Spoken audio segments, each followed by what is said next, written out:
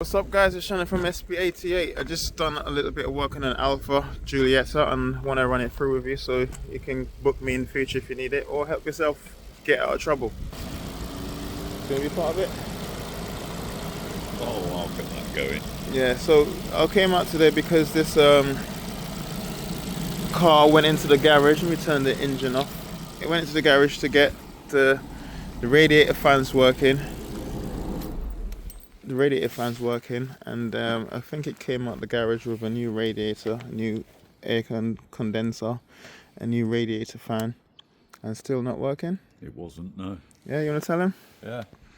Top man. Yeah. The garage couldn't sort it, but this man can. Yeah. That's a sure fact. Top man.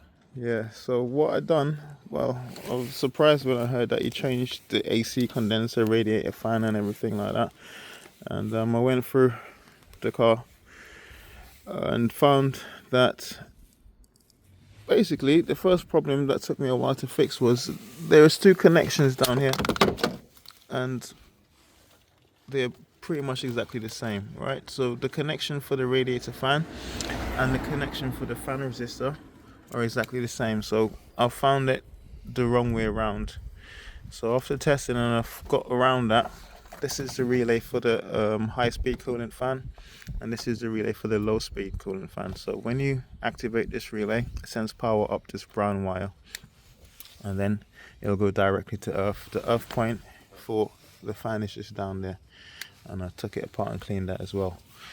So after swapping those wires around, I managed to get the high-speed fan working, but the low-speed fan wouldn't work.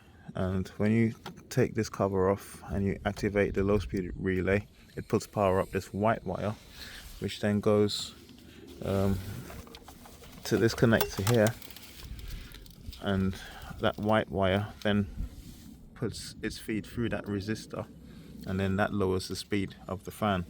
So this is completely broken, and the way I know that is because if I bridge these two wires, I'll get high speed when I bridge the relay. So I'm gonna have to change the relay to get to the end of it.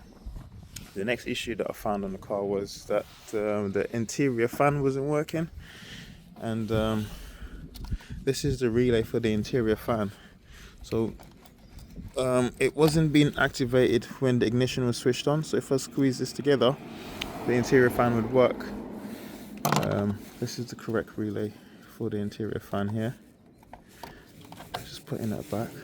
So what I found inside of the car then, looking through the fuses and stuff, was the cigarette lighter there wasn't working.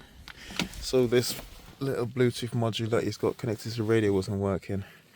And I went through the fuses and found that this fuse up here, right up at the top, that fuse there controls the feed for the cigarette lighter. It's actually named as a power supply control unit, so it's kind of vague. It didn't really help me, but after changing that fuse, the interior fan came back to life as well. So that's a diagnostic inspection on this car, and this is what I've come up with. Hopefully, if you got a situation like that on your car, innit, you should give me a call, shouldn't they? Yeah, without a doubt. Top man. Yeah, thanks man. It's been Shannon, and I'll see you in the next one.